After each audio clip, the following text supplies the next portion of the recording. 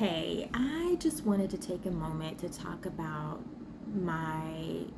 I call it an e-read that I have that's out there. It's called Losing Income is the Worst and What to Do Next. It outlines a couple of steps that I have taken in my own personal life um, when I found myself without a core piece of my income, and I found it very, very difficult to climb out of it. But when I put this together, I was thinking about people that were like me, people who are on the lower end of income, who are, building themselves up from scratch. One of the things that when I look back, I pride myself in is I learned how to budget at a very young age, because growing up with a mother who pretty much raised us, part of the time being like a single mom, you just learn a lot of stuff from, single parents, single moms, dads. These kids learn different things from that setting, and a lot of it had to do with survival. And so I learned that. And I'm in a space now where I am surviving, but I'd also like to relearn and reteach myself how to live within that survival or come out of that. So my purpose of pressing record now is maybe not to go into all the ins and outs of that e-read, but to leave it as a resource, as something to reference to as I'm saying what I'm about to say right now. So I had a project that didn't really go all the way to completion. That happens from time to time.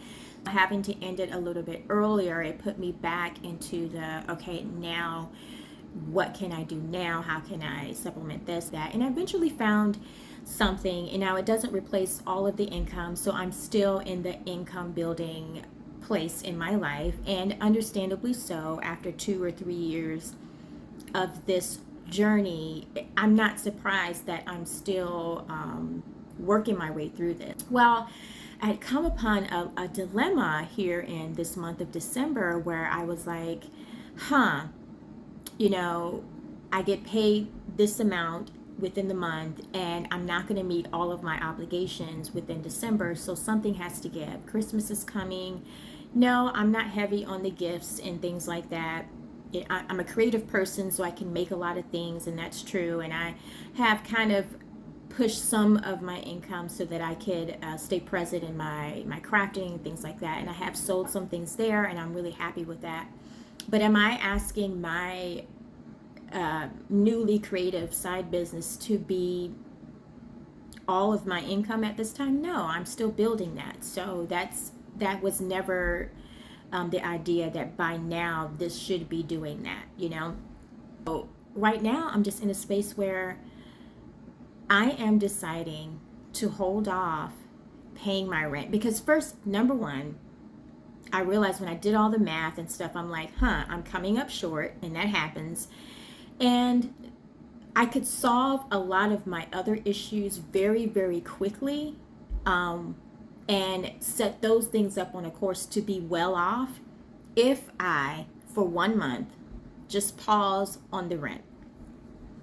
So I know this is even, I wouldn't say throwing me off, but making this decision like this in a time like this is kind of like a risk, right?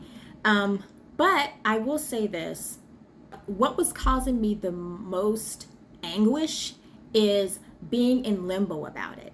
And I have another post that talks about what to do when you're indecisive and what that looks like. And I'm going to revise that and use that as a reference in the description. So if you want to read that, I'll leave that as a reference in the description as well. And as I was like going back and forth and in this limbo about, well, if I do this, then this won't get paid. But if I do it this way, all of these things will be where I need it to be going into this new year of January 1. And then all the things that I'm working on in December that will produce fruit in January will help to solve this other issue. And so I was like, this is the answer. Currently, right now, this is my answer. So why am I wasting time stressing about this in this way? Now, and my thing is, sometimes we don't like the answers or the resolutions that actually do come up, because in our mind we feel like, well, you're not supposed to do that, you're always supposed to do this or pay this or whatever. But there's a lot of things that I've had to kind of forfeit and hold off on, that if I don't pivot this month, that could become the bigger issue, even beyond, you know, having to catch up on some of the rent in the new year.